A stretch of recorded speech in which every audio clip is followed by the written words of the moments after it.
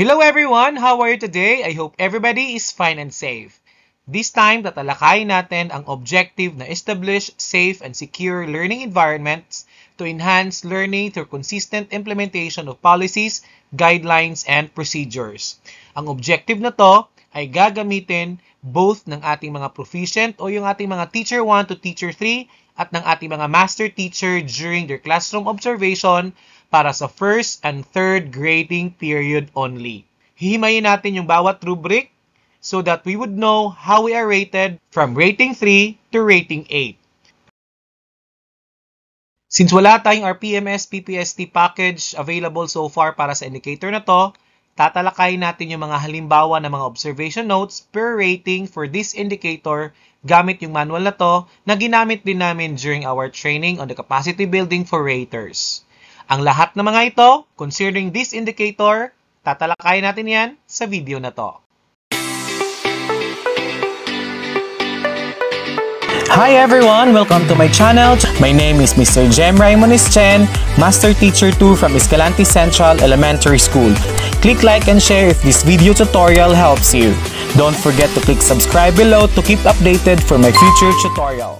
Ito na nga po yung mga COT rating sheets na gagamitin ng ating mga proficient teachers o yung ating mga teacher 1 to teacher 3 at ng ating mga master teachers para sa school year 2023-2024. Para sa video na to, ang tatalakayin natin ay yung objective number 4 ng ating mga master teacher at objective number 5 naman ito sa ating mga teacher 1 to teacher 3. At ito na nga po yung indicator na gagamitin natin for this school year about establishing safe and secure learning environments to enhance learning through the consistent implementation of policies, guidelines, and procedures. Gagamitin ito ng ating mga proficient or yung ating mga teacher 1 to teacher 3 at yung ating mga highly proficient o yung ating mga master teachers para sa first grading period and third grading period only. Yes po. Hindi na po ito kasama sa second and fourth grading period na i-observe during classroom demonstration. At para lang po ito sa first at third grading period lang. At ito na nga po yung classroom observation tool rubric para sa indicator na establishing safe and secure learning environments to enhance learning through consistent implementation of policies, guidelines, and procedures. Dapat na pag-aralan po ito ng ating mga ratee at rater before i-conduct ang classroom observation.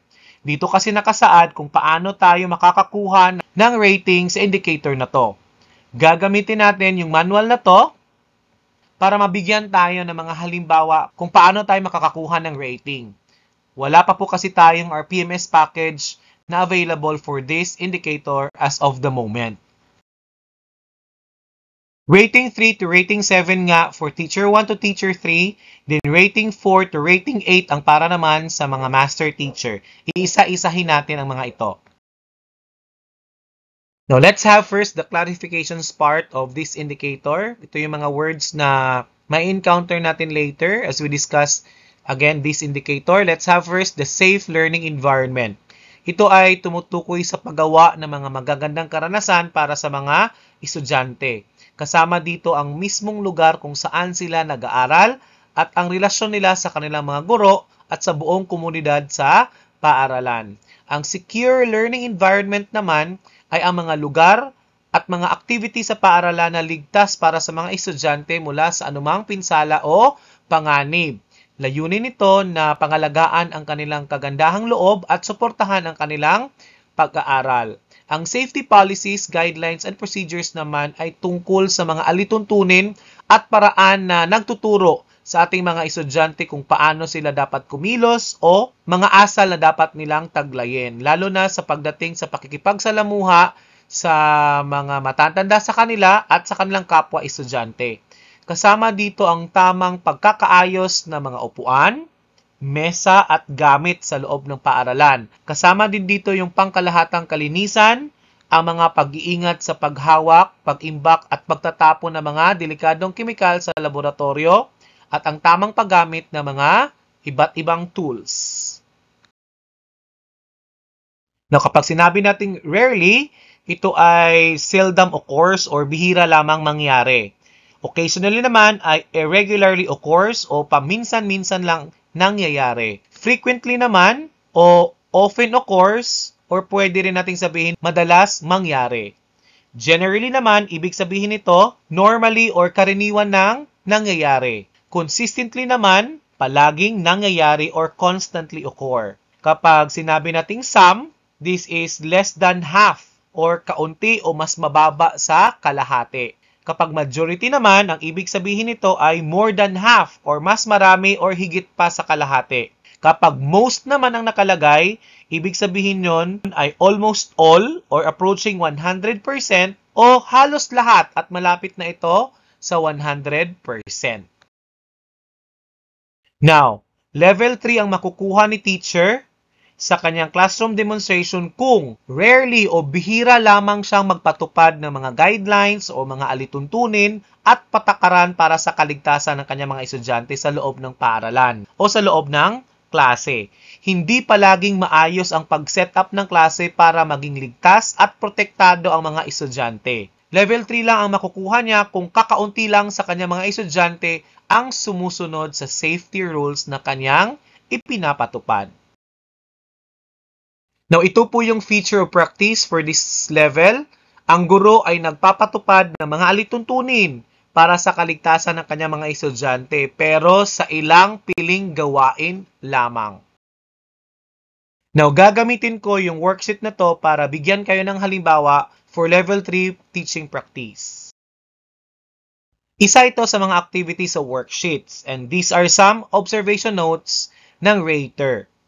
Now, alin kaya dito ang level 3 practice para sa establish safe and secure learning environments to enhance learning through consistent implementation of policies, guidelines, and procedures? Alin kaya dito yung level 3 practice?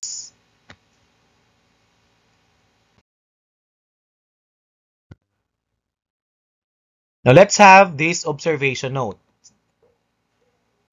Good rule setting on use of beakers. I hope same was done on use other materials. Ito po yung nakalagay sa observation note. Now, what would be the rating of the teacher if this is the observation notes written in the observation form?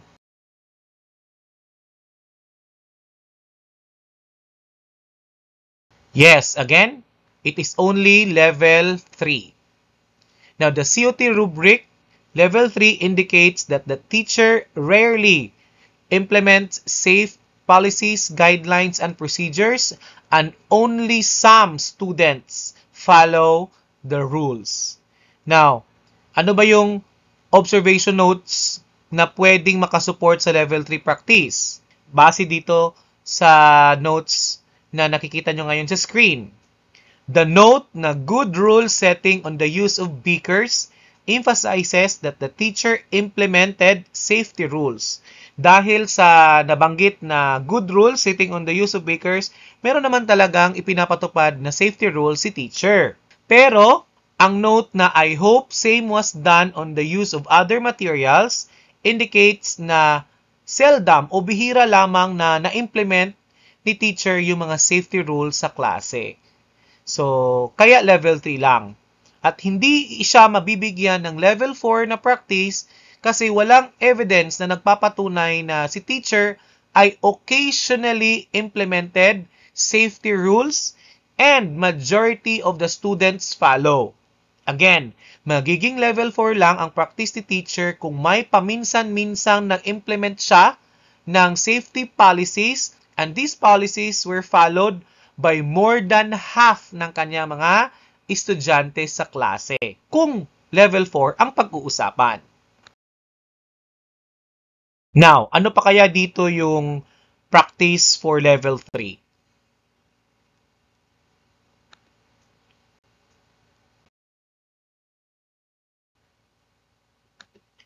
Let's have this. Alin ang mas nangangailangan ng patnubay sa tamang pag-iingat? Ang paghiwa ng mga gulay o ang magpaningas ng apoy? Again, this is a sample observation note and the COT rubric level would be 3. Now, bakit level 3 ang makukuha ni teacher kung ganito yung nakalagay sa observation note ng rater? So, yung COT rubric level number 3 indicates that the teacher rarely implements safety policies, guidelines, and procedures, and only some students follow the rule. Yan yung nakasaad sa ating rubric. Now, ano ba yung nasa observation notes na sumusuporta sa level 3 na practice?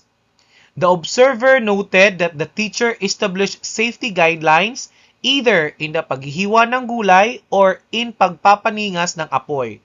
So which shows that the teacher was not consistent in establishing a safe and secure environment. Ang dalawang gawaing ito ay nangangailangan ng safety rules, right?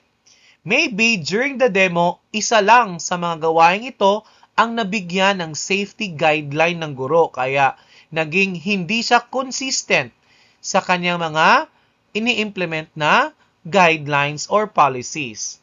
So, ibig sabihin, hindi lahat ng task na binibigay sa mga bata ay may safety rules na nailatag ang teacher. Kaya level 3 lamang ang makukuha niya. Hindi ito makakakuha ng level 4 kasi walang evidence na nagpapatunay na si teacher occasionally implements safety policies that majority of the students follow. Because yan yung nakasaad sa level 4. Wala yan dito sa ating observation note. Now, let's proceed to level 4. Ang level 4 naman ay nagsasabing paminsan-minsan lang nagpapatupad ang guro ng alintuntunin at patakaran para sa kaligtasan ng kanyang klase. Pero kahit papaano, karamihan ng mga estudyante ay sumusunod sa mga safety rules. Now, here's the feature practice. Ang guro ay nagpapatupad ng safety guidelines sa iilang mga gawain lamang sa pag-aaral. Again, kahit iilan lamang ito, sinusunod ito ng majority ng mga estudyante or more than half na mga estudyante sumusunod dito. Now, let me give you this scenario. The scenario is about art class with craft tools. Now, sa isang art class ni Teacher Ana, plano niyang gawin na mga estudyante ang isang arts and crafts project kung saan gagamitin ang mga sharp tools tulad ng craft knife at scissors. Bago magsimula ang klase, ipinakita ni Teacher Ana ang mga safety guidelines sa paggamit ng mga tools. Sinabi niya na laging dapat may protective mat sa ilalim kapag gumagamit ng craft knife at lagi ring maging maingat sa paghawak ng gunting. Habang mga estudyante ay abala sa kanilang projects, napansin ni Teacher Ana na karamihan sa kanila ay sumusunod sa mga safety rules. Pero may ilan-ilang beses na kinakailangan niyang paaalahanan ang ilang mga estudyante na maging mas maingat, lalo na yung ibang estudyante na medyo naglalaro lamang sa paggamit ng tools. Sa iba't ibang bahagi ng lesson tulad ng paggupit ng papel at pagdikit ng iba't ibang materials, inilapat ni Teacher Ana ang iba't ibang safety guidelines. Pero sa ibang activities tulad ng pag-color or coloring activities, hindi na niya masyadong binigyang diin ang safety. Sa huli, bago matapos ang klase, binigyan naman ng paalaala ni Teacher Ana yung mga estudyante na laging mag-ingat sa paggamit ng mga tools, lalo na sa susunod na mga sessions na kung saan magkakaroon pa sila ng mas maraming intricate tasks. Now, let's have level 5. Madalas ipatupad ng guro ang mga alituntunin at patakaran para sa kaligtasan sa klase. Dahil dito, halos lahat o almost all na mga estudyante ay sumusunod sa mga safety rules. Now, this is the feature practice for level 5. Ang guro ay nagpapatupad ng mga alituntunin at practice para sa kaligtasan ng halos lahat or almost all ng mga gawain sa pag-aaral. Again, gagamitin natin yung worksheet na to para mabigyan tayo ng halimbawa on this level. Now, this activity, binigyan kami ng rating and we will give appropriate or ng akmang observation notes. we will make observation notes para sa level 5 na indicator. So this is the sample observation note for the level 5 practice on this indicator. The teacher consistently points to the board where safety rules are posted. The teacher did not leave the students in doing all the activities to ensure that all students are focused on the work at hand. So again, written here on the notes, the teacher designed the classroom where safety rules are visible to the class. Now, bakit mabibigyan ng level 5 na rating si teacher? Because having the rules posted on the board, the teacher able to frequently implement safety policies, guidelines, and procedures. Sa pag-post lang ni teacher sa mga rules on the board, ito ay nagpapatunay na si teacher ay frequently or kadalasan nang nagpapatupad ng safety rules sa klase. Now, we will use this activity sheet again. May sample observation notes dito and we will rate. Now, alin kaya dito ang level 5 practice na indicator?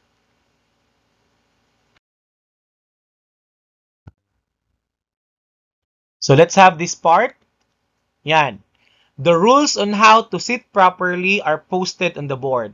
The teacher points to them whenever the students misbehave. So, level 5 practice ito. Since level 5 practice, expect that the teacher frequently o madalas nag-i-implement ng safety policies, guidelines, and procedures. Ano ba yung nasa notes na pwedeng makasupport sa ina-expect sa level 5? The notes like the rules on how to sit properly are posted on the board. Then, the teacher points to them whenever the students misbehave. So, yung mga notes na yan, ang nagpapatunay na pwedeng makakakuha ng level 5 si teacher for this indicator. Pero hindi mabibigyan ng level 6 practice kapag ito lang yung nakita sa observation notes. Kasi walang evidence dito sa notes na si teacher generally implements policies that all students follow. There is also no evidence that the classroom activities included safety policies, guidelines, and procedures. Para kasi maging level 6, dapat mapakita ng guro na generally o karaniwan na siyang nag-i-implement ng safety rules sa klase at lahat ng estudyante ay sumusunod dito para maging level 6. Karaniwan na sa guro ang magpatupad ng mga patakaran, alituntunin at procedures para sa kaligtasan sa klase. At dahil dito, lahat ng estudyante ay sumusunod sa kanyang safety rules. Ito yung feature practice for this level.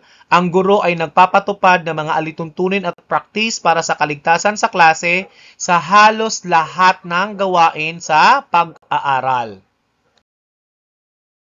Now, gamitin natin uli yung worksheet na to para sa mga halimbawa sa mga observation notes for this indicator. Alin kaya dito yung level 6 practice on this indicator?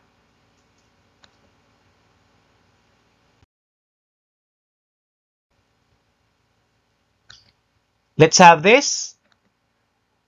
Each group is given tasks and rules on how to manage them safely. So, kapag ganito yung nakalagay sa observation notes, the correct COT rubric level is level 6.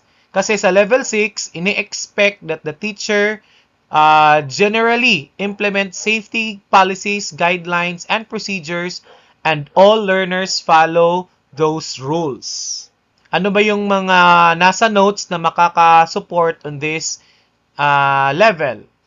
The note points out that the teacher sets rules that are clearly connected to what learners are tasked to do. But there is no information, however, that supports that all learners follow the rule. But since safety policies are integrated in the group task, it is assumed that all groups followed those rules implemented. Pero, para mas klaro, it would be better na nakalagay ito sa notes ng rater na lahat ng students ay sumusunod talaga sa mga rules na inilatag ni teacher.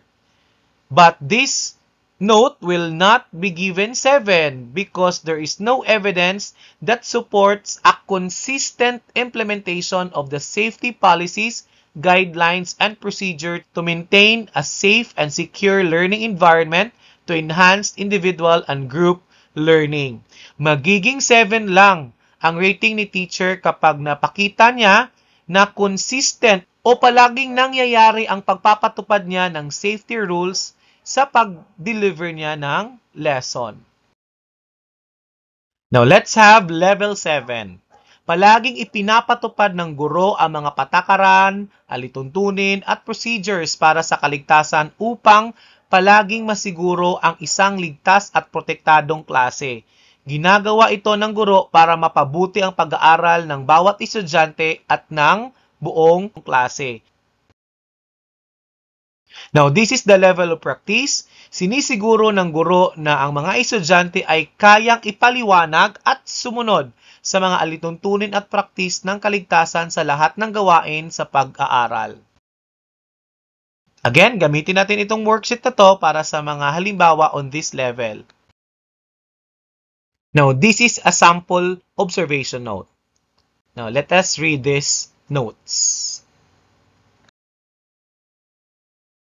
Teacher used communication symbols to introduce the day's activities like zipper, hand signals, or work and eat. Made learners feel secure through touching and guiding, then used finished box. Calm down learners by establishing rules and making teachers' presence felt. Had the learners interact with each other. Teacher held one learner all throughout the routinary activities and attended to his needs, zip up pants, wipe off tears, water. Guided learners to practice motor skills, walk, jump, march, run, etc. Possible discipline, good job, very good, reward system, setting of rules, reminding, no biting rule, encouragement. Learning environment was set through ensuring that learners' needs were met prior to the lesson proper and making the learners know which tasks were done and when tasks are to be started. Individually guided learners on how to use Puncher. When one learner was not yet ready, teacher reminded it is time to work through hand signals. Teacher shared visually impaired learner his finished task by guiding them in filling it. Had the learners determine smooth surface prior to working, life skill, hygiene, wash up, and buhos after toilet. Communicated to learner by showing where finished, mag-punch, guided learner to punch movement. Gave instructions to learners, then had them take turns to perform the work independently. One learner. Calm down one learner, having tantrums, by having him feel other sensation, wash hands, then resume working. Output of task will be used by other learners for tactile activities. Hand signals in communication board to let the learners know work time is finished and to let learners know what's the next activity. Eat. Prepared learners to eat, routine washing, hands, placemat, give food. Now, ano kaya yung pwede nating i-rate ni teacher sa mga notes na naibigay? Yes, pwede natin siyang bigyan ng level 7. So, ano ba yung mga notes na pwedeng makasuporta sa intensyon ng indicator level 7? Ito teacher. Calm down learners by establishing rules. Okay, ito din. Teacher held one learner throughout the routinely activities and attended to his needs. Again, teacher, sa indicator na to, kinakailangang priority ni teacher, siguraduhing ligtas ang bawat estudyante niya. Ito din, intention din ng note na to, ng expected for level 7. So, learning environment was set ensuring that the learner's needs are met prior to the lesson proper and making the learners know which tasks were done and when tasks are to be started. Ito din, individually guided the learners in using the puncher. When one learner was not ready, teacher reminded it is time to work through hand signals.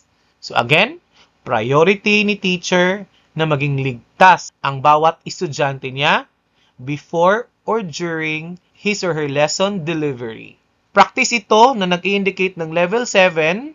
Expect that the teacher consistently implement policies, guidelines, and procedure to regularly maintain a safe and secure learning environment. All behavior of the teacher, as shown here on the observation notes, could be taken as a way of consistently maintaining a safe and secure learning environment for the learner. So yung mga ipinapakitang behavior ni teacher dito, masasabi natin na consistent siya in providing safe and secure learning environment for her students. Pero hindi ito pwede mabigyan ng level 8 because there is no information that refers to adapting or modifying policies, guidelines, and procedures. Again, hindi pwedeng bigyan ng rating 8 si teacher kapag ito yung nasa observation notes dahil wala itong impormasyon na tumutukoy na may nabago or may na-adjust sa mga nailatag niyang patakaran, alituntunin o procedures while the class going on. Let's have another activity sa worksheet. So, alin kaya dito ang nag-i-indicate ng level 7 na practice para sa indicator na to?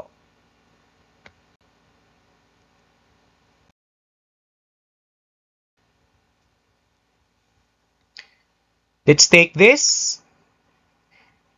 The steps on washing hands, including operating the faucet, are posted for the students to see.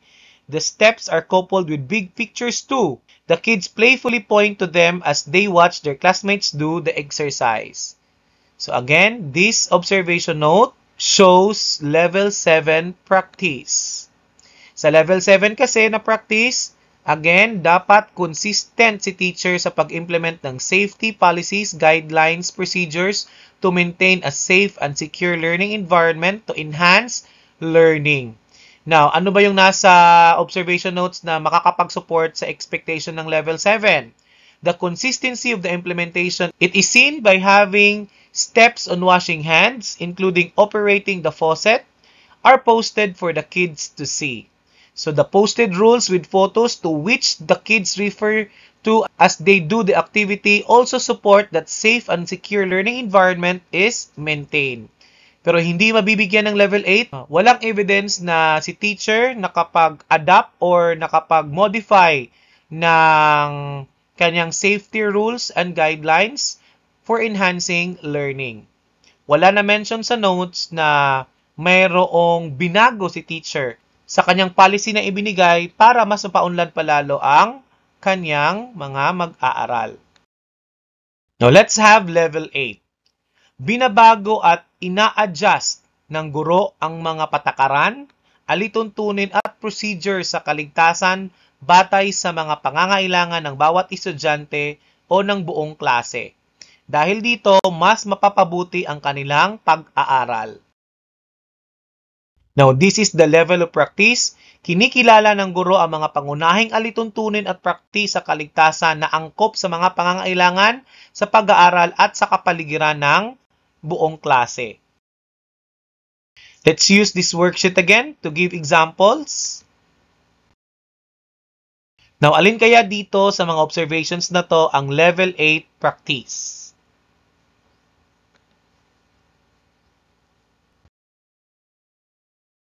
So, let's have this one. Teacher Donna said, "Remove your candles from the table. We will no longer use that given that the windows cannot be opened. The lesson plan was not followed." The COT rubric level 8 expect that the teacher to adapt and modify o baguhin ang policies, guidelines, and procedures considering the needs of learners which result in enhanced learning. Now, ano ba yung nasa observation note na pwedeng akma sa level 8 practice? The teacher asked the students not to use candles anymore because windows cannot be opened. Expectation of the indicator on enhanced learning is met through this observation, through the adjustment o may nabago in the procedure of conducting the activity. The rubric clarification on safety policies and guidelines supports precautions in handling and proper use of the tools. The concern on the lesson plan not being followed is not referring to this indicator. So again, pwedeng mabigyan ng level 8 si teacher dito kasi may nabago siya sa kanyang patakaran or guideline or policy na sinabi. At binago niya ito dahil sa palagay niya akma itong gawin para ito sa kabutihan at safety ng buong klase. Now, para sa worksheet na to, may dalawa pa tayong hindi nabigyan ng rating. Let's take this. Now, bakit walang pot holder ang mga bata? Maling gamitin ang papel sa paghawak sa mainit na kawali. Masarap ang mga niluto ng mga mag-aaral. Mahusay ang guro. So, ano kaya ang level of practice kapag ito ang nakalagay sa observation note ng rater?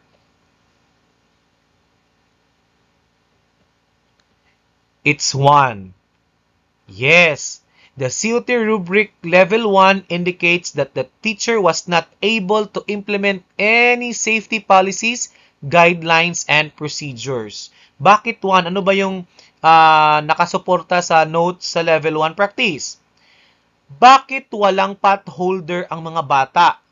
And maling gamitin ang papel sa paghawak sa mainit na kawali? This note indicate that the teacher did not caution the learners in conducting activity. So, kaya level 1 lang ang kanyang makukuha dito. Let's have this one. Yan. Ito yung sample note.